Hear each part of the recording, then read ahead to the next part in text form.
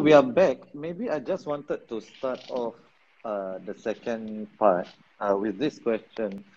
Um, do you think sometimes academics, I think you probably answered it to some extent, and there were some people asking this as well. Academics like us, we're really living in our own liberal bubble and in our ivory towers, and even the language that we use and the causes that we champion are really detached from the wider society and the general populace. Do you think that's a fair criticism?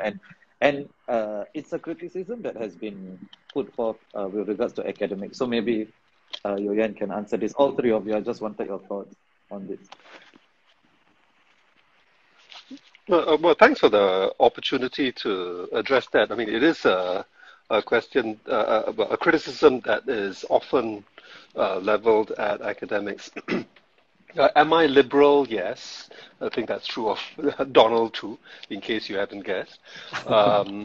Is there such a thing as a liberal bubble? Yes. Do I think I'm in a liberal bubble? No, right?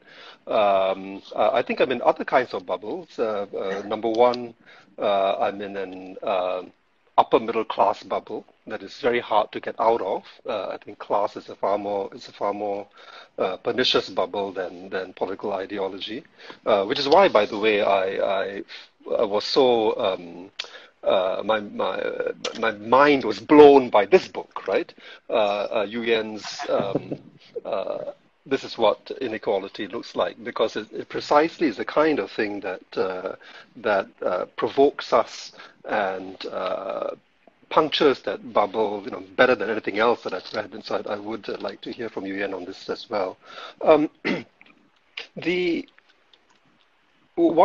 am I confident that I'm not guilty of being in a liberal bubble? Because what would be the evidence of it? It would be, for example, if I've ever said that, I'm pushing for more civil liberties and press freedom because that's how we Singaporeans think. I've never made that argument, right? Quite the contrary. For more than 20 years, a lot of my research has been looking at why is it the majority of Singaporeans are not in favor of press freedom or civil liberties and so on, right? Why is it that most Singaporeans are, in fact, illiberal? So I've absolutely no illusions that my liberal sentiments are embraced by the majority, and I don't think that many of my views are embraced by the majority. That doesn't make me wrong, yeah, but it certainly does, give me cause for pause, yeah.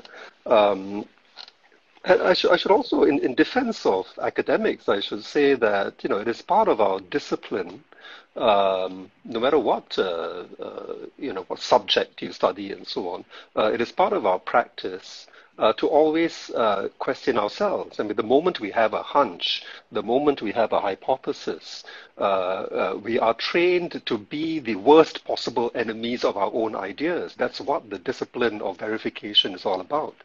We go through this process of trying to find the best arguments that could destroy our own arguments, and that is how we try to improve our own ideas. It just comes with the job. I'm not saying that we always succeed, but we work very, very hard at it, and certainly on the point of where on the political spectrum we may lean towards as individuals. Are we able to correct for that based on the evidence out there? I can't remember anything I've written that could be accused of not taking into account the reality that most Singaporeans do not think like me, right? But like I said, I mean, there are other blind spots that I still struggle with. I still, for example, am not sure how to address the fact that I cannot be anything other than privileged upper middle class Singaporean in a world that is with rampant poverty and inequality. So yes, there is such a thing as brown privilege too, right? Well, I'd like to hear from you, Yenn, actually. Me too. I mean, I think, can people hear me on both Yeah. sides? Yeah. Okay. I think, I think that our society is quite diverse in reality, right? Which means not just the things we typically think that it means, that we are multicultural and multi-religious and all those things, which are of course true, but accompanying that, what that implies is that people exist in many different bubbles, meaning very diverse range of worldviews, sensibilities, registers, and we live together in this city where we move in and out of different bubbles, precisely because we are, in fact, a very diverse society. I think as a sociologist, from a research perspective, I try to, I suppose, bring myself to these different worlds, and try to see these different perspectives and try my best to kind of, even if I don't fully understand all of these different worlds and different bubbles, so to speak, but to try to represent as best I can, right? The variety and the variation, because I think that is the lived reality of Singaporeans, that we are not in singular spaces, but in these multiple spaces. And I think as a sociologist who's quite interested in public sociology, this also means kind of bringing research and bringing the work to different audiences. And I think that experience also has informed my view that, again, people are coming from lots of different places with different biases, different presumptions, different things that they're interested in. And you can't have a singular message for all these audiences, and learning to, in some ways, navigate that variation is I think, a very important and vital part of being an academic in Singapore today. Wow. All right. So, Donald, did you want to say something? No, that's great. Yeah. That? No, I think I agree with Cherian. Yeah, I'm clearly a liberal. As I said at the outset, I, in many ways, part of or at least used to be part of the elite. Most of my friends, not just many of my friends, but actually most of my friends still belong to that, what Michael Barr calls the ruling elite of Singapore. And I actually happen to like my friends very much. I'm not one of those people who, wishes he has new friends. So I mean, that's part of the motivation for writing this book, right? Because I think my friends could do with a bit of, the kind of supporters, the kind of people who write in defense of Singapore's system of elite governance. It ranges from not particularly effective or credible to people you wish didn't write on your behalf, right? I'm nominally and culturally a Christian, but when I see how the evangelical Christians in the U.S. Support Trump, I'm embarrassed to be associated with them. So sometimes, I think if I were a member of the PAP, I'll be quite embarrassed by some of the company the company that the party chooses to keep. So, and if you look at the kind of policy prescriptions or policy positions I've put out, actually they represent very middle of the road, middle class kind of suggestions, right? More universal benefits like universal pensions, universal childcare. These are the things that middle class voters can get behind, right? Higher wealth taxes, right? These are the kind of things that middle class voters can support, and also working class too, right? So it's not just and back to being a liberal at heart. I mean, what do we liberals believe in? Essentially, we believe in the importance of protecting rights and liberties of everyone. We believe in equality, right?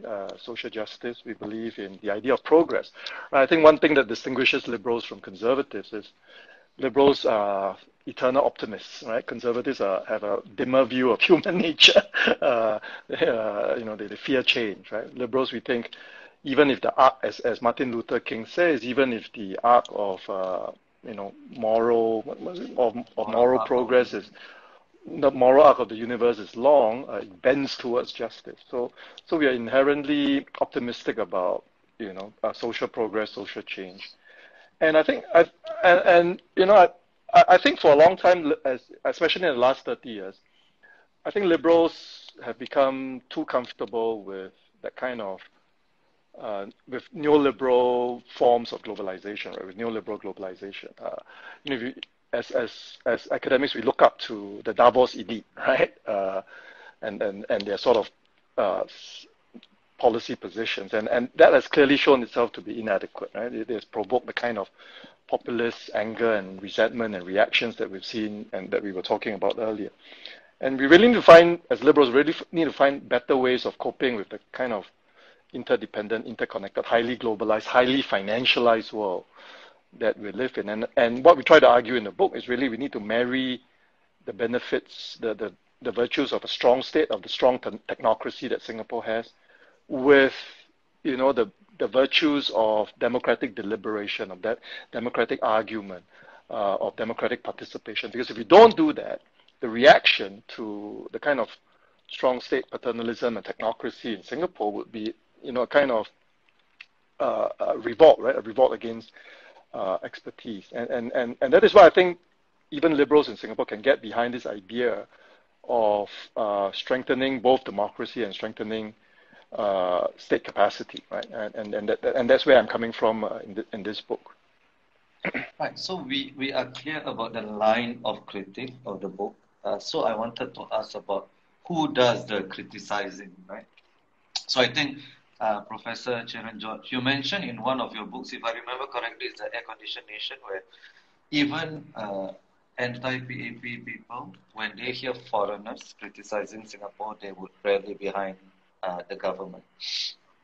Do you think that line of criticism would apply to you too, since you guys are not in Singapore and it's like you are throwing stones from afar?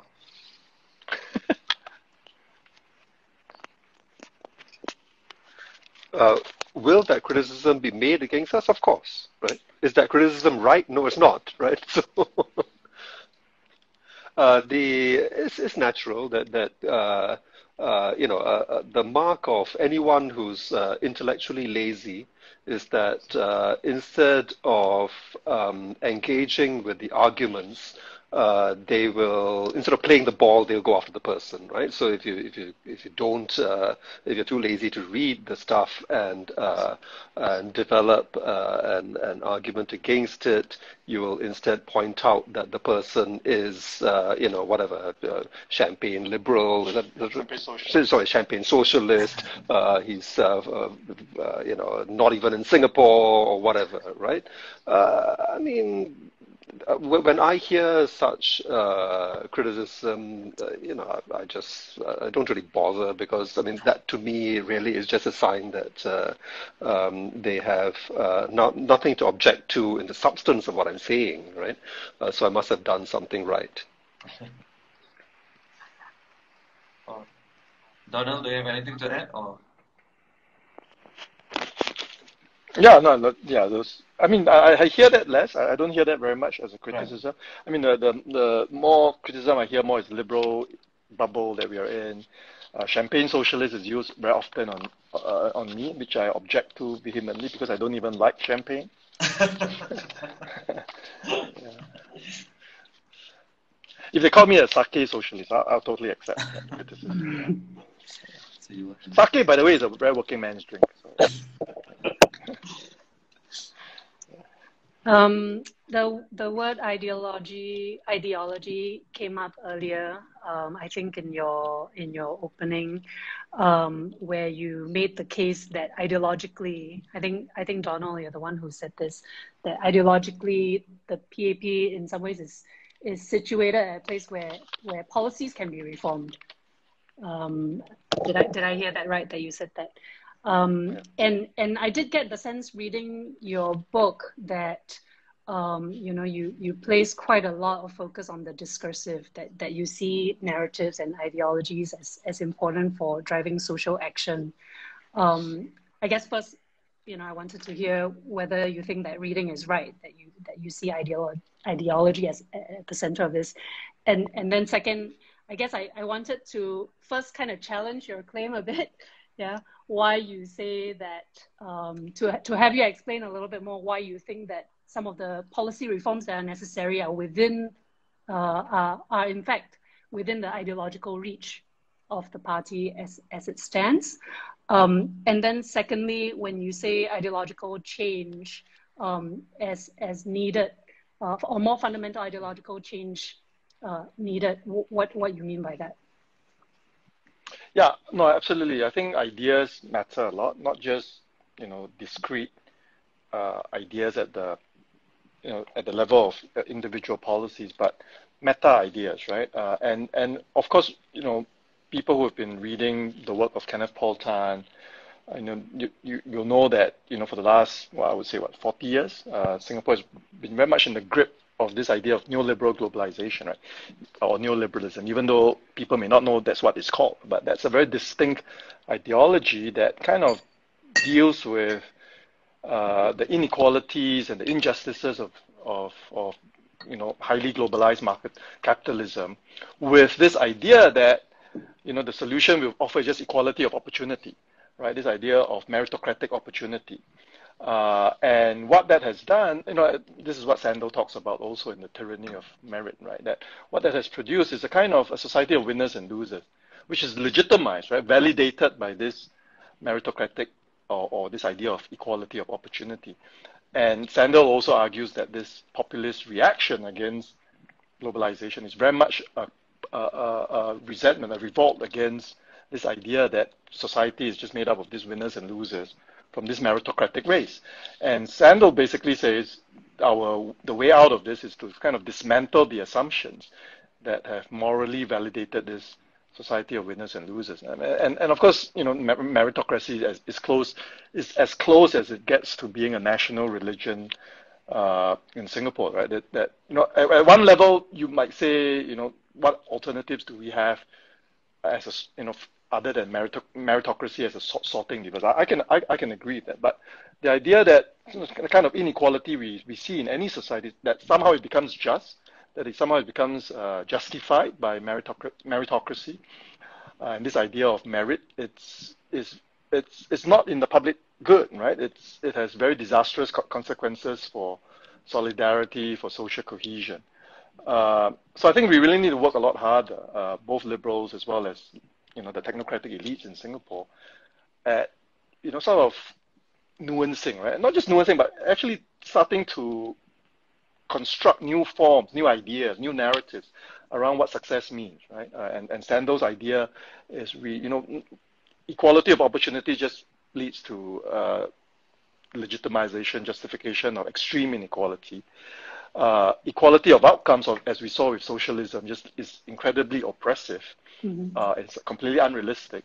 So he argues for equality of dignity, right, and equality of condition, right, that all citizens have the means, the resources, the support to lead lives of respect, of dignity, of esteem. I think there's a lot to be said about that, right? We don't have to choose between equality of opportunity and equality of outcomes. That we really should be striving for this equality of citizenship. So I think that's the idea that we can all get behind, right? That both the PAP as well as liberals and progressives, that's something that's worth striving for. So I think you're right. Stories. I'm a behaviorist. I think societies, people are very much motivated by, or the make sense of the world through stories, right? Through narratives, through mental models. Now, on your point about that the PAP is capable of policy, actually we saw a bit of that, not just a bit, quite a bit of those policy reforms between 2011 and 2015, right? So every time the PAP gets an electoral shock, one of its responses, even if it's not the primary response, one of its responses is to address those policy issues that have caused people deep grievances, right? What has made people unhappy? So whether in housing or immigration or transport or wage stagnation, the PAP really did try to get its act together between 2011 and 2015. And post 2015, the focus kind of shifted away from this sort of progressive policy reforms to let's try to get the politics set up in a way that sustains or ensures the PAP's longer term dominance. And of course that very much backfired in 2020. So back to your question about tendencies and capacities, I think what the biggest capacity that the PAP has is we've got a very strong technocratic professional civil service that if the party decides to pursue liberal, progressive, whether policy or political reforms, you can almost bet your last dollar that Singapore can get it right, right? That the civil service, the professionals in government would roll it out, would implement it with great professionalism, with great attention to detail. That's probably the strongest capacity we have, which is why I started out by saying this is Singapore's probably most important comparative advantage in these very challenging and difficult times. So there is a question by the audience, which an audience member that asks, do you think your book has given the potential PAP candidates an excuse to join the party so that they can reform from within? You know the famous last words, I want to change something from within. Do you think your book has given them that excuse?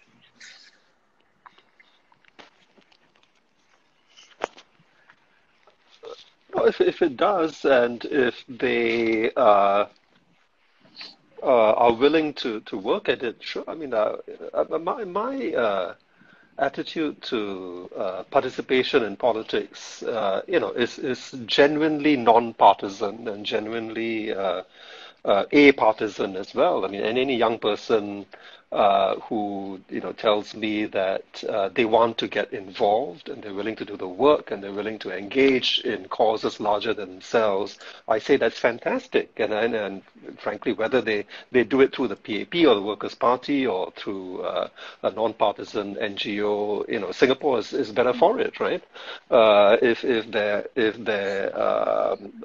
doing it for the right reasons and not for sort of material advantage and so on. Singapore is better for it. I mean, I'm not. I think this is one thing that I guess is an opportune time to make an important clarification about where we're coming from regarding our hopes for the PAP. I mean, like I said at the beginning, some of the most skeptical readers that we have are actually not from the PAP side, it's from the anti-PAP side, right?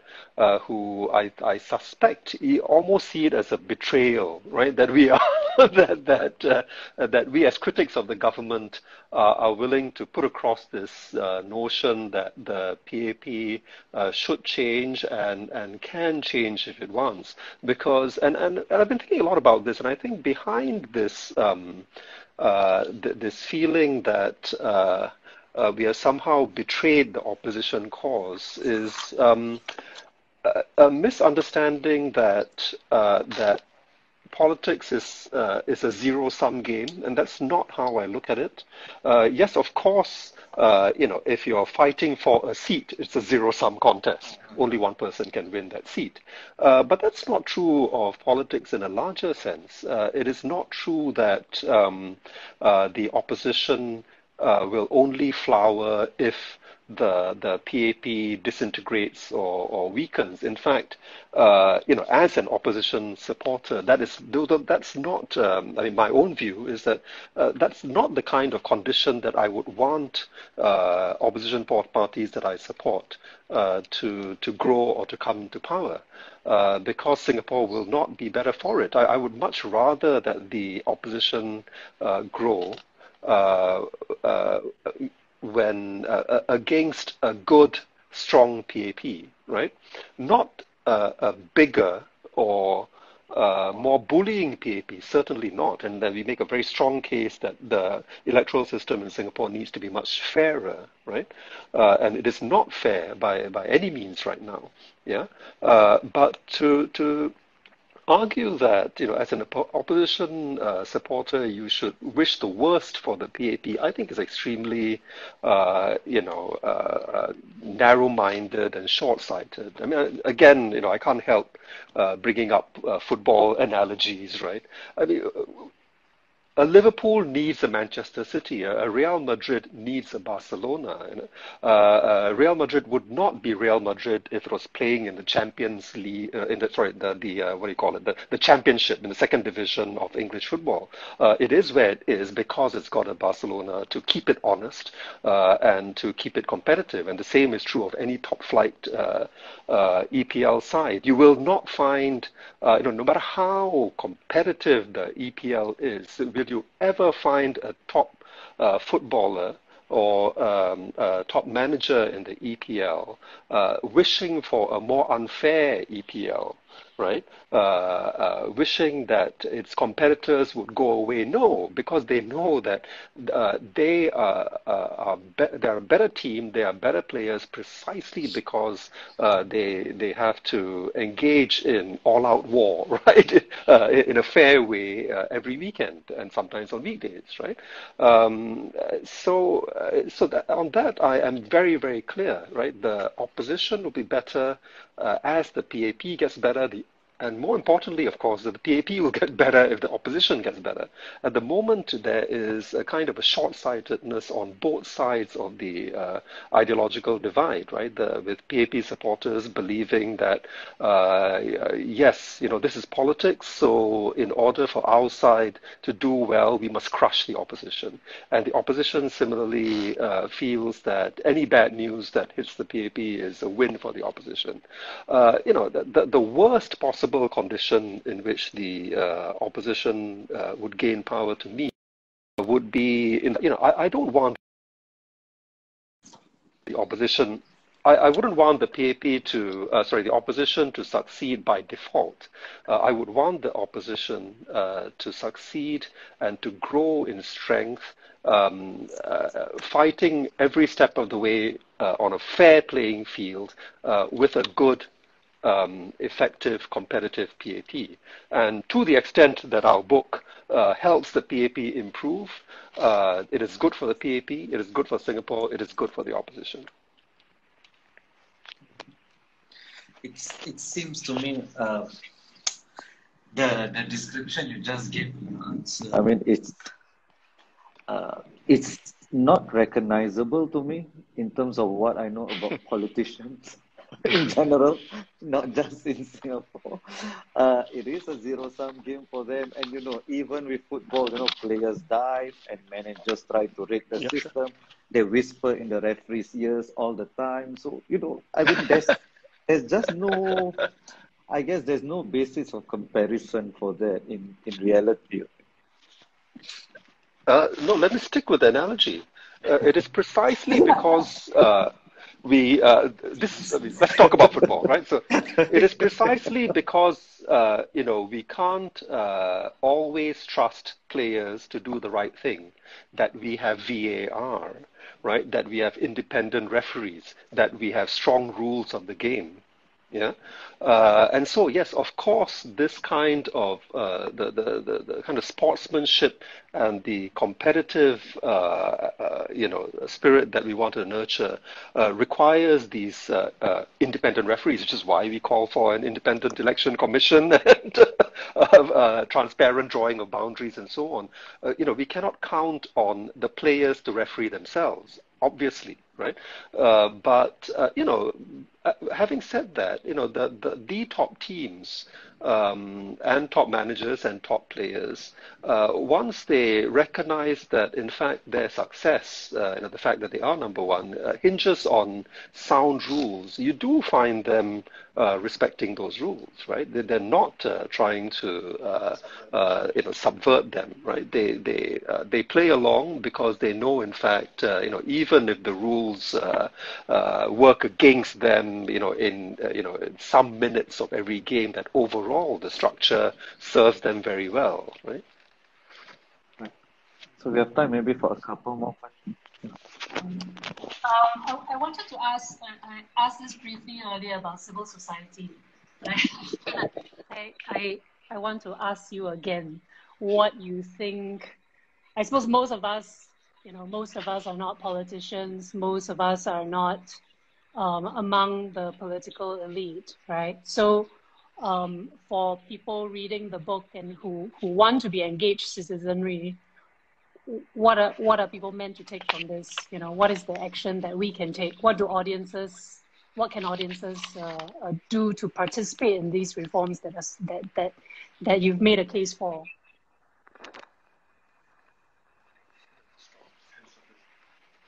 That's a good question. I'm not. I guess my own sense is that that political literacy and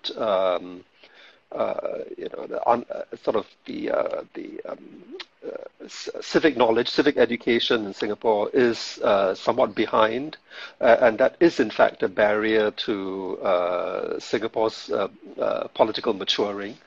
So there are groups trying to address this, right? So you look at the work of New Narrative, for example, and other groups, student groups are trying to address this, and I think they've correctly identified this as a problem. That people do need to understand the broader power structure in order to get things done. I don't feel that everyone needs to be a political junkie like me, but my own feeling is that if you care about an issue, whatever that issue is, and you invest time and energy in it, eventually it does become number one, public, and secondly, often political as well, right? I mean, if it's a very, very small project, a small enterprise, maybe not. But at some point, you will want to make change, and that's when you will run against various forms of power. Yeah, and as you navigate those power structures, that itself is a kind of political education that is very important, right? And when people do that, I think it is important to have this bigger objectives in mind. Listen, how can I succeed not just on behalf of my own cause or my own narrow community, whether it's an linguistic community or a cultural community and so on. How can I see the bigger picture? Yeah, and in particular, to relate it back to what we were talking about earlier, how can we internalize this essential liberal democratic idea that rights are reciprocal? Yeah, I mean, going back to the hard time that people give liberals, I think some of that is based on the extreme misconception that being a liberal is somehow selfish and individualistic, and this is based on the idea that yes, it is grounded on individual human rights, but nothing could be further from the truth that a liberal is somehow more selfish than a conservative. I was quite the contrary, because if you are genuinely liberal, what does that mean? It means a commitment to the idea that yes, I have freedom of speech, but I'm equally invested in the freedom of speech whose ideas I hate. Right? That's what it means. It means that yes, I have my cultural rights, but by the same token, the communities that I look down on or I despise or that I consider unclean, etc., they have their rights too, and I'm as invested in their rights as in mine. Yeah? So I mean, I do hope that these sorts of discussions, I mean, not just our book, but the work of many other the scholars will mature Singaporeans' thinking in these directions, right? I mentioned earlier that across the world, one of the big developments of the last few decades is a certain kind of democratization. In Singapore, we've experienced it largely through the internet. There's this unprecedented ability to have our say, right? Our listening skills have not developed in tandem. Right, we have great respect for our own points of view, much less respect for the points of view that we encounter, and unfortunately in Singapore, the government is partly to blame because it has not invested in those values that treat respect for other points of view as something that is, worthy of dignity and respect as seriously as it should. But, let's not use government as an excuse. I mean, these are values that we can internalize ourselves, right? These are habits that we can nurture in our own groups and as individuals as well. Right. So maybe for the final question, I'll ask all three of you, if tomorrow you were in charge of Singapore, what are the three things that you could do immediately, institutionally? Like, you don't need years and years to dismantle narrative. Like, you could implement tomorrow. What are three things you do? All three of you, perhaps. Yeah, I better go first before it's taken. I think that, the book covers this. There's things which we think, certainly on the policy front, that can be done quite soon, and probably without much public objection, right? I think just simply taxing capital more, right? Capital gains taxes, some form of inheritance tax. That's quite straightforward. I think most people can get behind them. Second, I think very importantly, more universal benefits, right? Singapore desperately needs, I think, a basic pension for anybody above, say, 70. Even Hong Kong has that, right? Even though it's very miserly, it's still a symbol of, a token of common citizenship, right? That every Hong Kong resident is entitled to this basic pension. I think it would be very helpful if we had some sort of universal child allowance, right, or universal child care that would, sort of level the playing field at least at an early age. I think in terms of political change, what would I say? I think the most important, rather than a single reform, I think the thing I would hope to see would be, just a willingness to make a commitment to make our politics fairer, right? A commitment not to sort of abuse or exploit the already very majoritarian tendencies. I mean, our democracy is a very majoritarian, right? A, because Singapore is so homogeneous. B, homogeneous in terms of geography, right?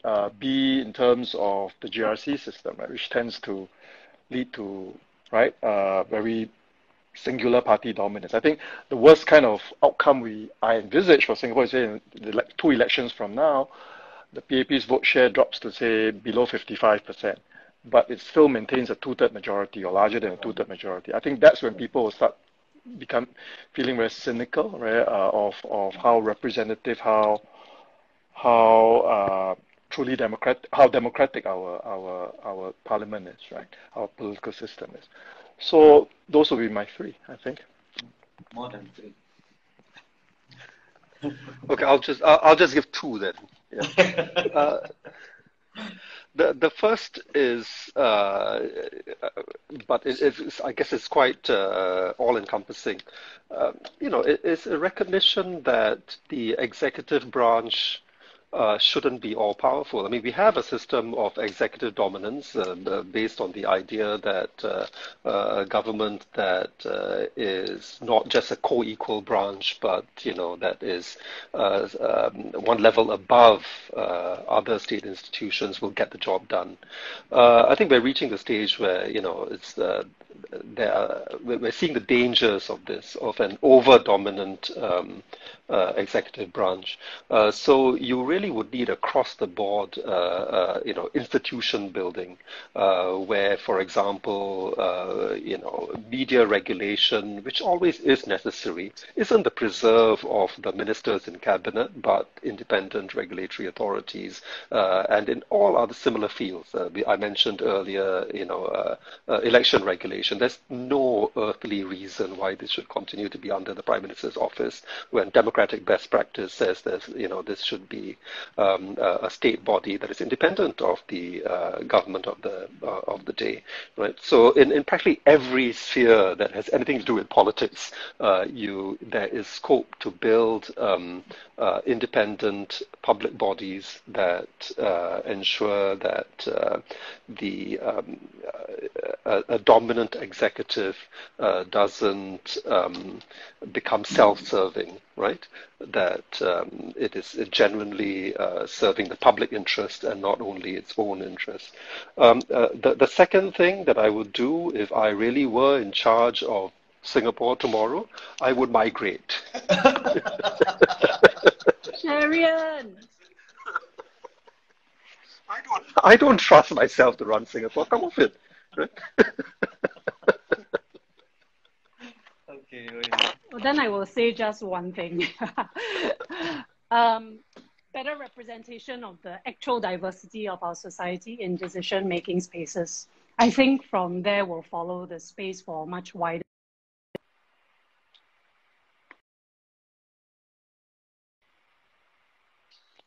Thing is better representation of the actual diversity of our society in decision-making spaces, because I think from there, if there is real representation, from there will follow the space for a wider range of possibilities for what is a successful life and what is flourishing. All right. Guys, it's been a thorough pleasure. It's already been more than 1.5 hours. I have just one final question for Donald and Cherian. Is there space for one more in Hong Kong? Sure. All right, so everyone, We always have please space get for this several. book. Always try to get this book, and it will be worth every penny. So thank you so much, and thankfully no one cancelled this event, and thank you, Yenn, for Thank you, Walid. Thanks, Cherian. Thank you very much for this, for this opportunity. Thank you.